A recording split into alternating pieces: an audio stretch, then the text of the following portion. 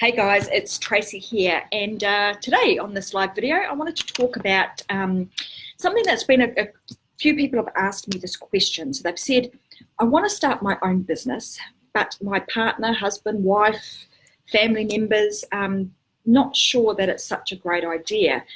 What the heck should I do? So I thought this was a great topic for us to talk about, because this is very, very common. So in a lot of cases you're going to have well, in a lot of situations, there are obviously two people in a relationship. And sometimes one party of the relationship is very entrepreneurial minded. They have a desire to do something more than just having a job, more than going to a 9-to-5 job and coming home and leaving it all behind. They have this idea or this vision to impact people whilst you work. So all of these sorts of things. A situation like that where there's one party, I suppose, comfortable with where they're at, and another party who is really striving and wanting to do more out of life and all sorts of things. And if you're on a page, the latter of what is probably you. You are probably in a relationship who is very honest, wants more, doesn't want a job, finds that is really uncomfortable and is absolutely suffocating. So I know in the past. So what do you do in that situation and really wanting to do something else, but for whatever reason, whether it's financial, whether it's through comfort, stability, whatever the case may be, that you're feeling like you can't do that because you don't feel as though you've necessarily got the support of the other partner in your relationship. So here's what I'm speaking from experience here, and here's some of the things that I've done over the years that have been really beneficial, not just for my business, but also my relationship with my husband. So the first thing I did is you need to be very, very clear about what it is that you are wanting, and clear about your vision and where you want to go. And you need to be really open and honest in talking about what that is and what that looks like, and also talking with them about where they fit into the picture.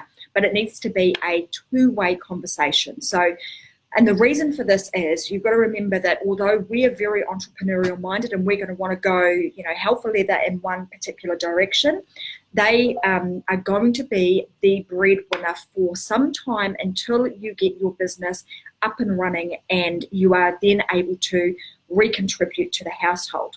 So the anxiety that maybe you've been feeling about starting your own business, you're probably going to be feeling that twice as much, because the responsibility for them to have to carry the can whilst you're following your dreams is very, very real for them. So we've got to be very mindful that that is the case, and very I suppose empathetic to the fact that we need to get them on board in supporting what it is that we do, and allow them to be a very big part in the big picture and what it is that you're trying to achieve. That you need to do, so transparency is big, making sure that you set the vision for them and they're very clear and they understand how they fit into the picture.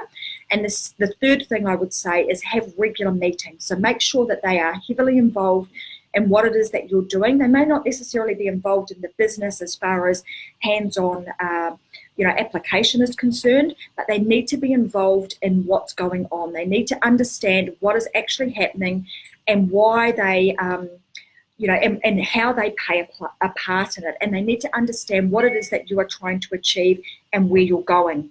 I'd highly recommend that you meet with your partner once a week and you're simply just giving them a download of what's going on in the business, and even sharing some of the challenges that you're having, because quite often they'll be able to participate and give you some advice and some guidance and additional support to help you make your consulting dream and your own business dream become a reality. They are super integral to the process.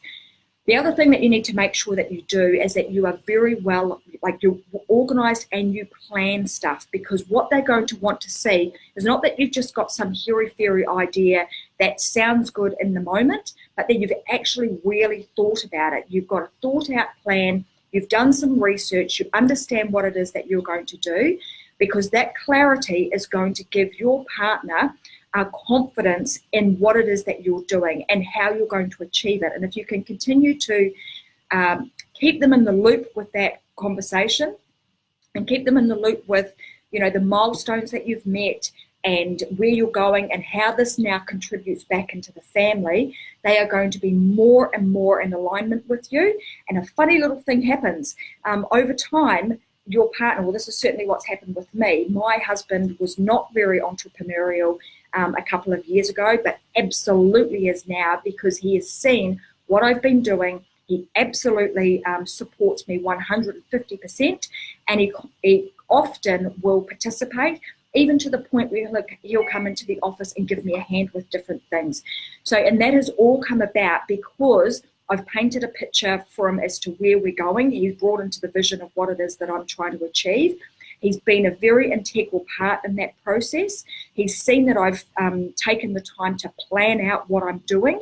And so he has every confidence in supporting me, particularly in the early stages where, you know, I was earning nothing. And in fact, I had to use some of his wages to help me get the business going. So it's really important that you do this.